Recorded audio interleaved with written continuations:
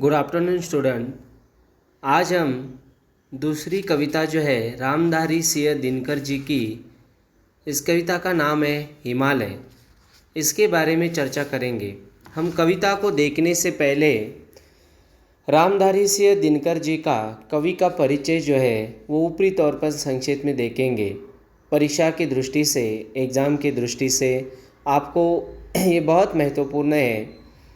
जब भी इसके ऊपर सवाल या टिप्पणी आती है तो कवि के बारे में थोड़ी बहुत जानकारी आपको देना बहुत अनिवार्य होता है और आपका उत्तर भी अच्छे से हो जाता है। तो हम अभी रामधारी सिंह दिनकर जी की हिमालय हिमालय इस कविता के माध्यम से प्रकृति की माया किस प्रकार है, ये हिमालय की ऊंची ये चोटी किस प्रकार नगादी, मतलब एक नाग के इसकी तरह किस प्रकार से वो हिमालय है, इसके बारे में कवि हमें बताते हैं।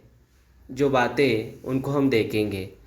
रामधारी सिंह दिनकर का जन्म बिहार प्रांत के वर्तमान बेगूसराय जिले के अंतर्गत सिमरिया घाट नामक गांव में 23 सितंबर 1908 को हुआ था। इनके पिता बाबू रवि सिंह विशुद्ध किसान थे।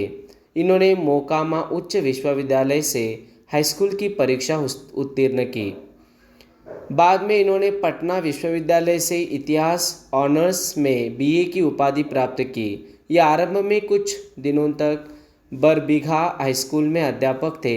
तदुपरांत इन्होंने सीतामढ़ी में सब रजिस्ट्रार के पद पर तथा सासाराम में रजिस्ट्रार के पद पर काम किया। 1985 में ये लंगन सिंह कॉलेज मुजफ्फरपुर में हिंदी के प्राध्यापक नियुक्त हुए। सन 1952 में ये राज्यसभा के सदस्य मनोनीत हुए। 12 वर्ष तक संसद सदस्य रहने के बाद सन 1964 में इन्हें भागलपुर विश्वविद्यालय का कुलपति नियुक्त किया गया। सन 1965 से 1971 तक दिनकर जी भारत सरकार के हिंदी सलाहकार रहे। इस प्रकार इन्होंने विभिन्न पदों को अपनी योग्यता से अलंकृत किया। दिनकर जी ओजस्वी और राष्ट्रीय भावनाओं के कवि के रूप में विख्यात है। मैथिली शरण गुप्त के बाद दिनकर जी को ही राष्ट्र कवि कहकर पुकारा जाता है। राष्ट्रकवि मैथिली शरण गुप्त जी के बाद इनका नाम लिया जाता है बड़े आदर के साथ, क्योंकि राष्ट्र के बारे में इन्होंने लिखा है। हमारे देश, ये धरती माँ, किस प्रकार से ये धरती की प्रकृति की निज माया होती है और वो अपने बच्चों को किस प्रकार पाल पोसने के लिए सब कुछ सामग्री देती है मुफ्त में। ये बातें हमें प्रकृति से देखने को मिलती है। इनकी साहित्यिक सेवाओं के लिए भागलपुर विश्वविद्यालय ने इन्हें डिलीट की मानद उपाधि प्रदान की, डॉक्टरेट इन लिटरेचर की। 1959 में भारत सरकार ने इन्हें पद्म भूषण के सम्मान से विभूषित किया। 1973 में इन्हें ज्ञानपीठ के सर्वोच्च पुरस्कार से सम्मानित किया गया। ये लाइन महत्वपूर्ण है। रामधारी सिंह दिनकर जी को ज्ञानपीठ पुरस्कार से सम्मानित किया गया है। दिनकर मूलतः कवि थे। इनकी कविता की पहली पुस्तक रेणुका सन 1935 में प्रकाशित हुई थी। रेणुका, हुंकार और रसवंती इनके आरंभिक आत्ममंथन के युग की रचनाएं हैं। हुंकार के प्रकाशन से इन्हें यश मिला, जिसमें राष्ट्रीयता के भावों की जोरदार अभिव्यक्ति है। 1941 से 1946 के बीच दिनकर जी ने अपना प्रसिद्ध काव्य कुरुक्षेत्र लिखा। कुरुक्षेत्र जो महाभारत को हम लोग देखेंगे तो उसके आधार पर, यानी कुरुक्षेत्र का वो अलग बात होती है, ये अलग है। देखिए, कुरुक्षेत्र लिखा। यह प्रबंध काव्य महाभारत के शांति पर्व की कथा पर आधारित है। कुरुक्षेत्र में किस प्रकार से युद्ध हुआ और उस युद्ध के परिणाम क्या हुए तथा द्वितीय विश्व युद्ध की पृष्ठभूमि में लिखा गया है। इनका दूसरा महत्वपूर्ण प्रबंध काव्य है रश्मिरथी। 1952 में यह है, जो दानवीर कर्ण के चरित्र पर आधारित है। कर्ण को लेकर इन्होंने बताया है। देखिए, इसमें कवि ने समाज द्वारा प्रताड़ित व्यक्ति एवं दलितों के बीच नई चेतना जगाते हुए उन्हें अपने अधिकारों के प्रति सावधान किया है। उर्वशी दिनकर का कामाध्यात्म संबंधी महाकाव्य है। उर्वशी इनका महाकाव्य है। देखिए, इसमें रूप, सौंदर्य, प्रेम और श्रृंगार की अनुभूतियों की खुली अभिव्यक्ति है। सचमुच उर्वशी नर नारी के सनातन यौन संबंधों को मनोविज्ञान की दृष्टि से देखने वाला श्रृंगार काव्य है।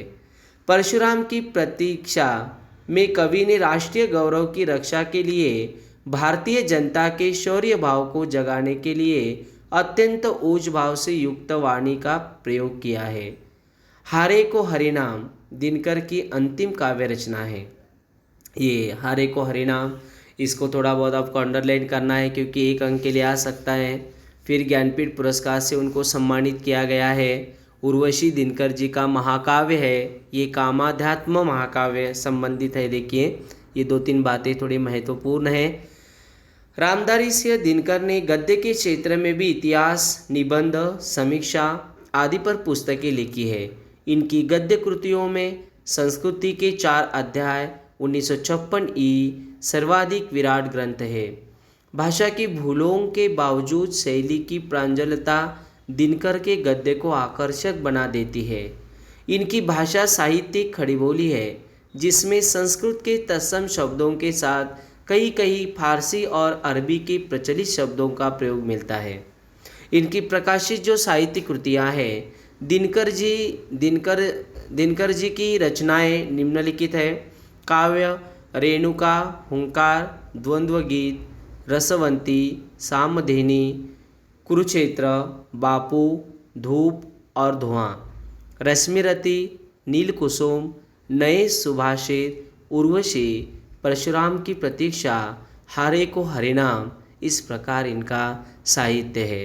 गद्य मिट्टी की और अन्व नारीश्वर, भारतीय संस्कृति के 4 अध्याय, शुद्ध कविता की खोज, रेती की फूल, उजली आग, काव्य की भूमिका, प्रसाद, पंत और मैथिली शरण। 24 अप्रैल 1974 को मद्रास में इनका देहांत हुआ। इस प्रकार की कुल मिलाकर साहित्य के साथ साथ इन्होंने हमें जो अपनी लेखनी के माध्यम से जौहर की ज्वाला दिखाई है, तो ये इनकी जो हिमालय ये कविता जो है हमारे अध्ययन के लिए है और हम इसका अच्छे से अध्ययन करेंगे। ऊपरी तौर पर आज मैं आपको इसका सार बताऊंगा और कल के क्लास में हम कविता को आरंभ करेंगे। लंबी चौड़ी अच्छी सी एक कविता है, इसको लेकर संदर्भ हो या बड़ा सवाल, टिप्पणी आदि को लेकर सवाल आ सकता है। काव्य सार देखिए, प्रस्तुत कविता में कवि ने हिमालय का गुणगान किया है। वे विशाल हिमालय को भारत माता का मुकुट कहते हैं। हिमालय युगों से माननीय और बंधनों से मुक्त रहा है। वह एक ऋषि की तरह समाधि में बैठा हुआ है। कवि जानना चाहता है कि वह ध्यान करके किस समस्या का हल तलाश रहा है। कवि ने हिमालय को सुख का सागर, 5 नदियों वाला, ब्रह्मा का पुत्र आदि कहकर संबोधित किया है। हिमालय ने हमेशा भारत की रक्षा की है। सरताज हिमालय है कहा जाता है, इसलिए दुश्मनों को अंदर नहीं आने दिया है। कवि हिमालय से इस संकट की घड़ी में अपना मौन त्याग कर सहायता करने को कहता है। कवि का कहना है कि चाहे युधिष्ठिर धीर को भले ही स्वर्ग जाने दो, लेकिन अर्जुन और भीम को उनके धनुष और गदा के साथ हमें लौटा दो। वे तपस्वी हिमालय से कहते हैं कि यह समय तप करने का नहीं है, वे उसे मौन त्याग कर सियनात करने के लिए कहते हैं। तो आगे कल के क्लास में हम हिमालय इस कविता के माध्यम से देखेंगे। सचमुच भारत देश का सरताज जो है, सरताज हिमालय कहा जाता है, तो उसके बारे में ये बातें बताई है। हिमालय को उन्होंने, विशाल हिमालय को भारत माता का हम मुकुट भी कहते हैं। देखिए, तो ये इस कविता के माध्यम से उन्होंने हमें जो बातें बताई है वो कल के क्लास में हम देखेंगे। धन्यवाद।